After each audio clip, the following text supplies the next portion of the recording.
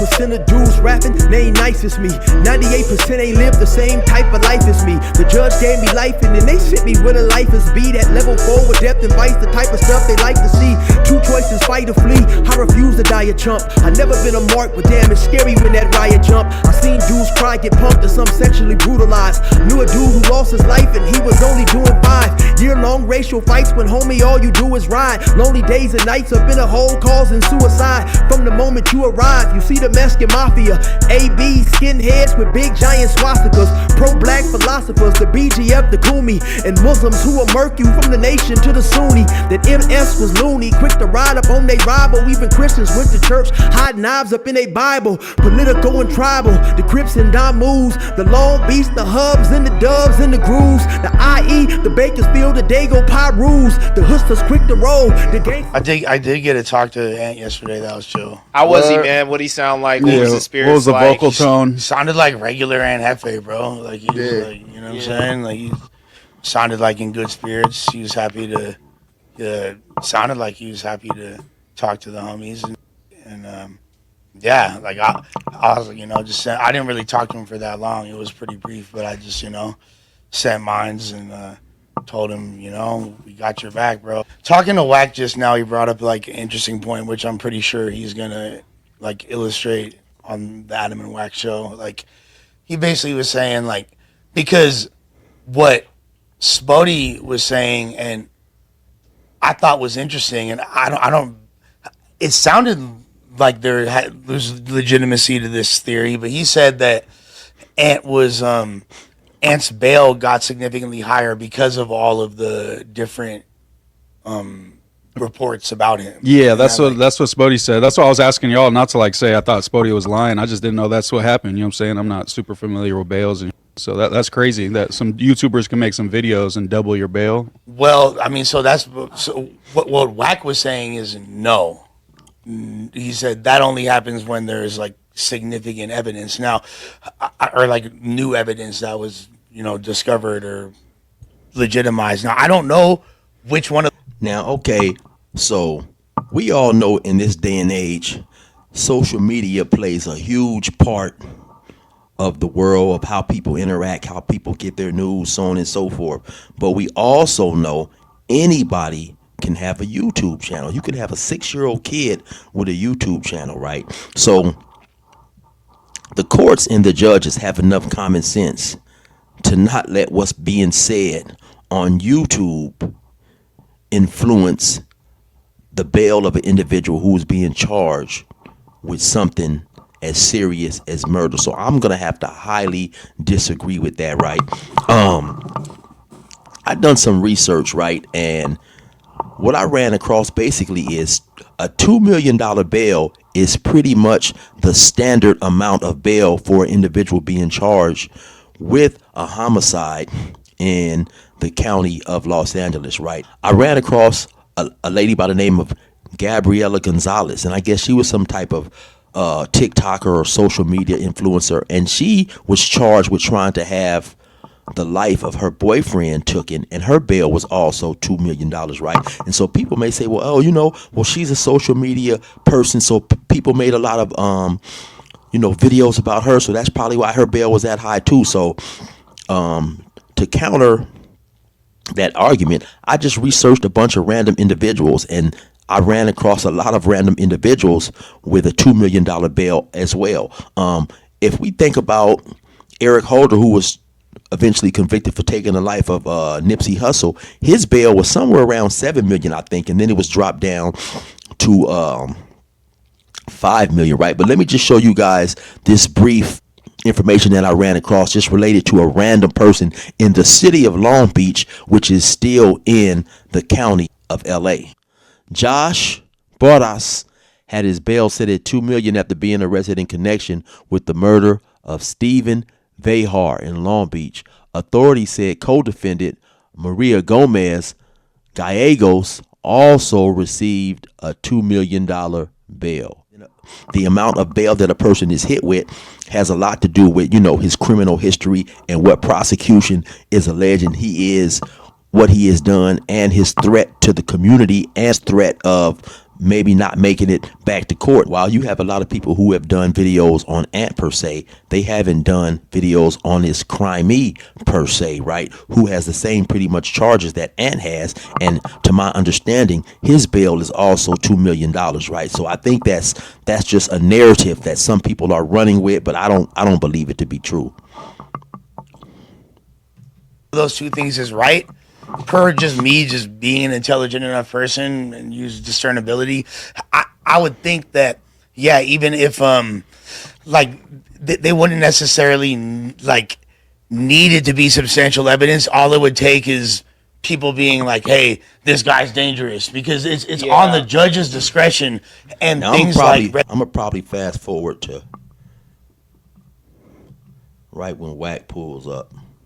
MacArthur Park indictment. Come on, bro. Disappointed in all y'all. Disappointed in us for what? Especially What I do now, Wack? you. Crazy. Listen, kids, Oh, kids. You always give hear him the it. mic. Give him the mic. Follow me, because I want to see if you're going to keep it real. Okay. We members. We outside. We in our community. Wack, where you be? Sound right? Sound about right, right? Mm-hmm. Hey, look, you was in your community as a member outside. Stop crying like a... Because when I was a member in my community outside, getting it in, when I got caught, I didn't do no crying. Don't blame nobody else. The victim is a tray. The lot is a tray. The community is a tray, and the assailants is a tray. Your homies told. So now, what you should be in here doing is telling the kids this why your ass don't be outside as a member in the community. Let's keep it real. This is why Wack clowns and say, my park's in my backyard. Let me pause right here, right? I don't necessarily know who, if anybody, is informing on Aunt Jefe, right? But just going through that system myself and knowing what I do know about the law and you know, just reading a lot of information while I was incarcerated, this is definitely an intriguing situation, right? And here's why, because Aunt Jefe called in to No Jumper, and I've spoke to some people, you know, in the know, and I'm not going to get into who they was, but some people from that community, right? And you have a lot of people who are adamant about Aunt Jefe was not even at that location where all this took place, right? Let's also keep in mind that this took place on January the 31st, right? So they arrested him several months later. So if he was not there, right, and we know now that, okay, so let me say, a lot of times when the police arrest a person, the warrant is issued by the prosecution, and they're just going on the prosecutor's theory. The prosecutor wasn't there, right? So he has to put a theory together and what he believes happened, and then he charges who he believes needs to be charged, right, based on his theory. Now, of course, back in my days, you know, you had a lot of people telling and reporting because the prosecutor not being there, he had to gather information from these people who are, when situations happen in a gang-related setting, you have gang-related individuals and street-related people giving you this information. So they may not all be credible. Some people may be on drugs. Some people may be informants who are saying this to try to get themselves out of a situation or whatever, right?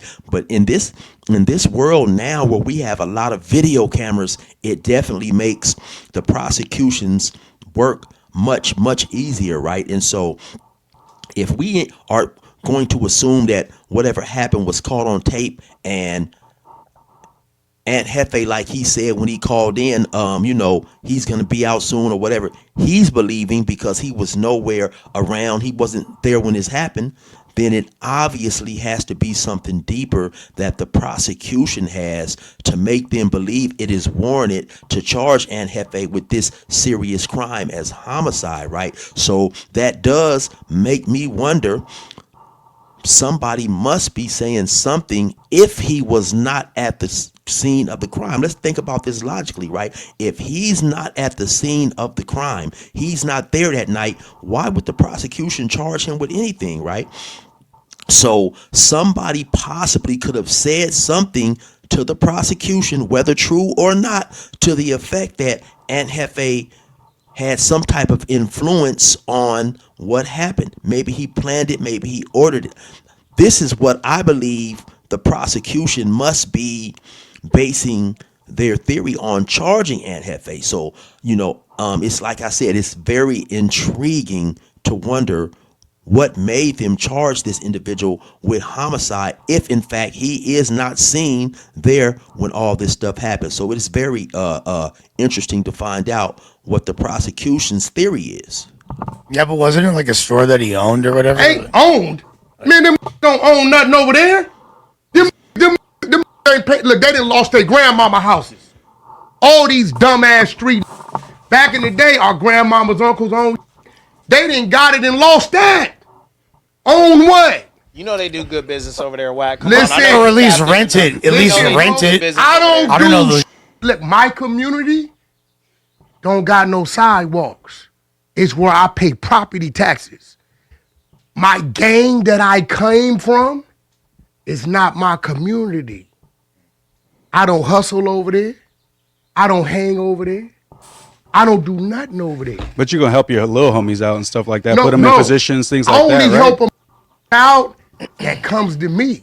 Yeah, but If your little you homie think from the I'm hood gonna came come to you, over there to you so I can hear a bunch of ebonics and some dumb. Now, if you come to This me is and say, crazy. "Hey, Wack, I'm Ebonics. trying to go to truck driving school. Hey, Wack, I got this gig." Now, Wack talking about, if you think I'm going to go to the hood to hear a bunch of ebonics, and I'm seeing that a lot of people took issue with him saying that, basically talking about, hey, man, this is where you come from. This is where we all came from. This is where we grew up, growing up in these places, these inner city neighborhoods, or these urban communities basically molded us into the individuals who we are today. Don't now get a little bread in your pocket, get a little money, and feel, you are better than the individuals who are still where you grew up at. So yeah, a lot of people took issue with that. but no street But I shit. ain't got I don't tolerate it. Okay. So what I'm saying is, y'all doing this because this is Aunt Jefe. All that, let's keep it real. Aunt Jefe said, I'm in my community, I'm a member, I'm outside. This would come with it. You stepped on my lines. I was about to get to that. I was about to say you Now gotta let me stay tell out you the what's streets. ugly. Let me tell you why stepping he's on my a lines dummy. right That doesn't mean Let me we tell you why he's want a to. dummy. I'm about to say though, two things could be true Let at me the tell you same why he's a time dummy. though. You got an ex? Ex-girlfriend. Ex-girlfriend? And let me give you guys one more analogy, right? Let me break this down. I'm gonna try to be real clear with this, so anybody does not get offended or misconstrue my words, right? I'm not saying that the individual who lost his life brought all this upon himself or whatever, right? This is all, so like Wack said, that when we out there in the streets, certain things come with this life. You had a lot of individuals saying that, hey man, this shouldn't have happened to a 51-year-old man, so on and so forth. And it's definitely a tragedy when anybody loses their life. Like I say, once again, don't misconstrue my words, right? But the unfortunate part about this life is when you hop in this life, as long as you continue to partake in the activities, then there is no age that really exempts an individual from dealing with and suffering the consequences and repercussions of this lifestyle, whether you're 13, 55, 65, whatever. If you out there, all rules still apply, right? So let's just say you have an individual, right? He's 55 years old. He's extremely loved in his section. He's extremely loved due to his reputation, due to the contribution that he made in this lifestyle, so on and so forth, right? All his homies love him. He's hanging out one day. Some dudes who are beefing with his hood, they drive past and they start shooting. And this 55-year-old dude who's well loved and liked, he gets hit. He loses his life.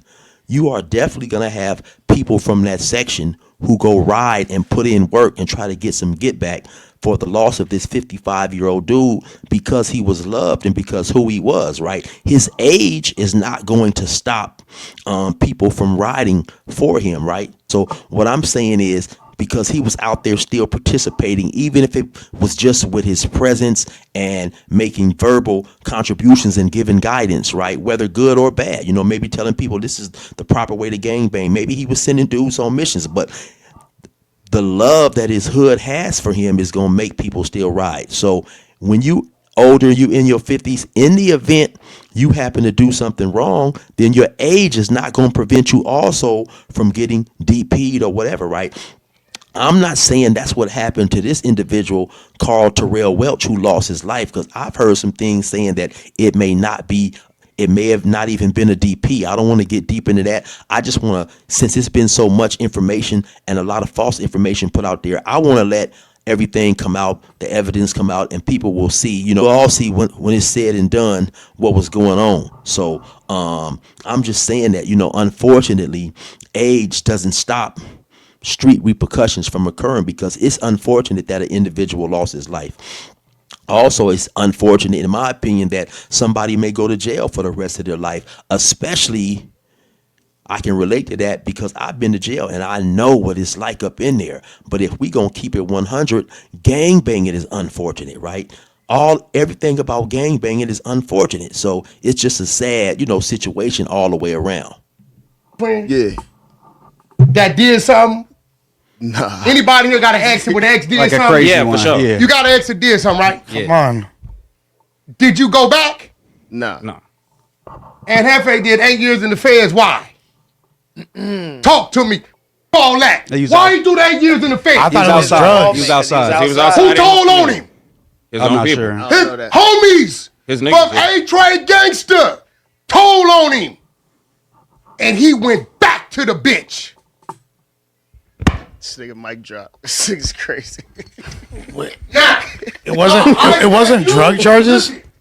All right, so I'm gonna keep this one short, right? And I can say that you definitely can go back to your neighborhood, because if that's where you grew up, that's where you grew up. I mean, who doesn't want to go home? You know what I'm saying? And at least visit, right? I'm from an extremely small area, right? But I still like to go back from time to time and catch up with old friends and just go back. Sometimes I go back and just ride through the neighborhood and look, you know, I might stay there, you know, 4 or 5 minutes, just ride around, hit a couple blocks, go past where my father used to stay, go past where my grandma used to stay, and then I'm up out of there. You can go back to the hood and interact with people without interacting and getting caught up with the old activities, right? So once again, man, I think it's important, man, that we all just kick back, wait, and let all this stuff eventually come out, right? Because after Ant gets arrested, I think you go to the arraignment, then you have to go eventually to the prelims, and at some point in time, the DA has to hand over what's called discovery.